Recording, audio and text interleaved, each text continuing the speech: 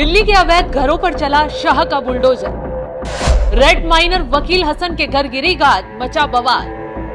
Bulldozer देख ओवैसी बौखलाए, सरकार पर आरोप लगाए।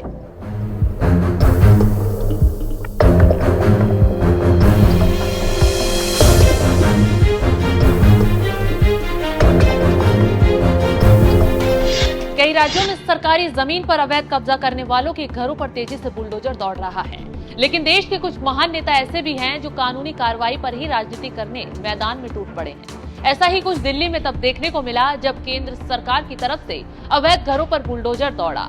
दरअसल दिल्ली के खजूरी खास इलाके में डीडीए की जमीन पर बने अवैध मकानों पर बुलडोजर चलाया गया। ये बुलडोजर एक्शन बाकायदा नोटिस जारी कर किया गया। अवैध कब्जा करने वालों की लिस्ट में रेड माइनर वकील हसन का भी नाम था, जिनके घर पर एक्शन होते ही देश की राजनीति में भूचाल आ गया। सबसे ज्यादा अगर कोई भड़का तो वो है असदुद्दीन ओवैसी।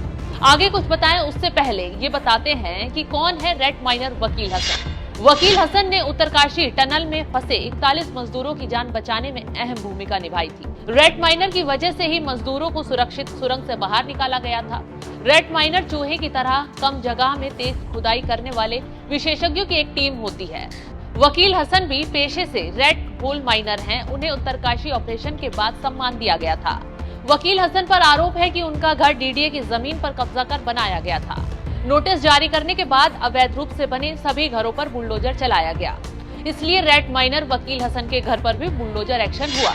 बुलडोजर चलते ही वकील हसन ने सरकार पर गंभीर सवाल खड़े किए। न सिर्फ गुस्सा जाहिर किया है, बल्कि आरोप लगाया कि मैंने पुरस्कार के तौर पर घर की मांग की, लेकिन मुझे छत छीनकर पुरस्कार दिया गया।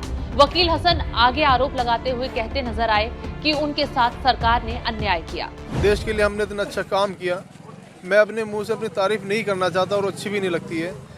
लोग कहते हैं बहुत अच्छा काम किया, और मुझे उस काम का सिला ये मिला कि मेरे घर पे, मेरे छत पे, जो मेरे सर पे जो छत थी टूटी फूटी, वो भी मेरे से छीन ली गई। अब मेरे बच्चे रोड पे बैठे हुए हैं सर। अब इन बच्चों को लेकर मैं कहाँ जाऊँगा पूरी ज़िंदगी। अब ये बात देखिए, आदमी का आजकल कमाना मुश्किल हो रहा है, वो घर कहाँ से लेगा, उसे बनाएगा कहाँ से, अपने बच्चों को कहाँ से पालेगा, कहाँ जाएगा आखिर वो।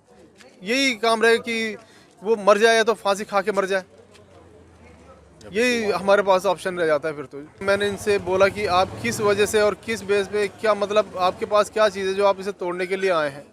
तो इन्होंने हमें कुछ नहीं दिखाया, बस तोड़ने से मतलब है, हटाने से मतलब है। मुझे पकड़ के अपना पुलिस स्टेशन भेज दिया।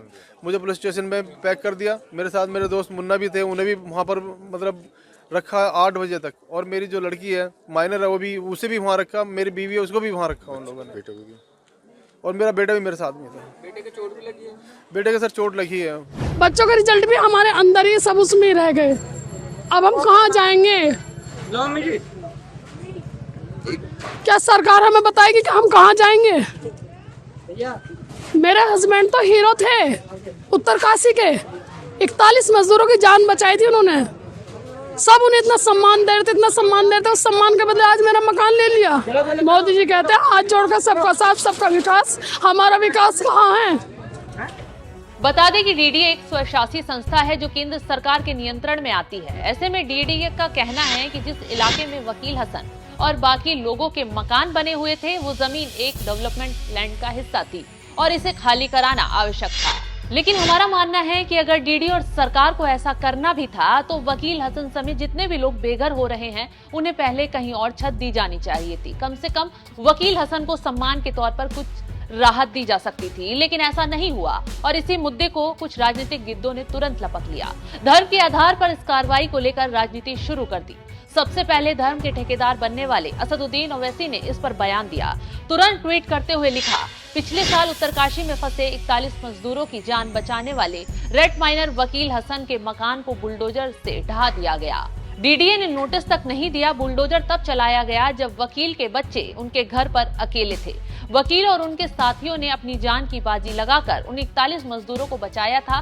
किसी भी सभ्य समाज में उन्हें राष्ट्रीय नायक का दर्जा दिया जाता, पर शायद उनका नाम वकील हसन है, इसलिए मोदी राज में उनके लिए सिर्फ बुलडोजर, एनकाउंटर वगैरह मुमकिन है। डीडीए कार्रवाई अवैध कब्जे के खिलाफ कर रही है, न कि धर्म के खिलाफ। लेकिन ओवैसी जैसे नेता इस तरह की बातें कर इस मुद्दे को धार्मिक रूप देने और बवाल करने की फिराक में हमेशा लगे रहते हैं। खैर, अब ये मुद्दा वकील हसन के आंसुओं पर आकर टिक गया है। सरकार को भी वकील हसन की मांग पर अब ध्यान देने की जरूरत है। तो इस खबर पर क्या है आपकी राय, कमेंट कर जरूर बताएं।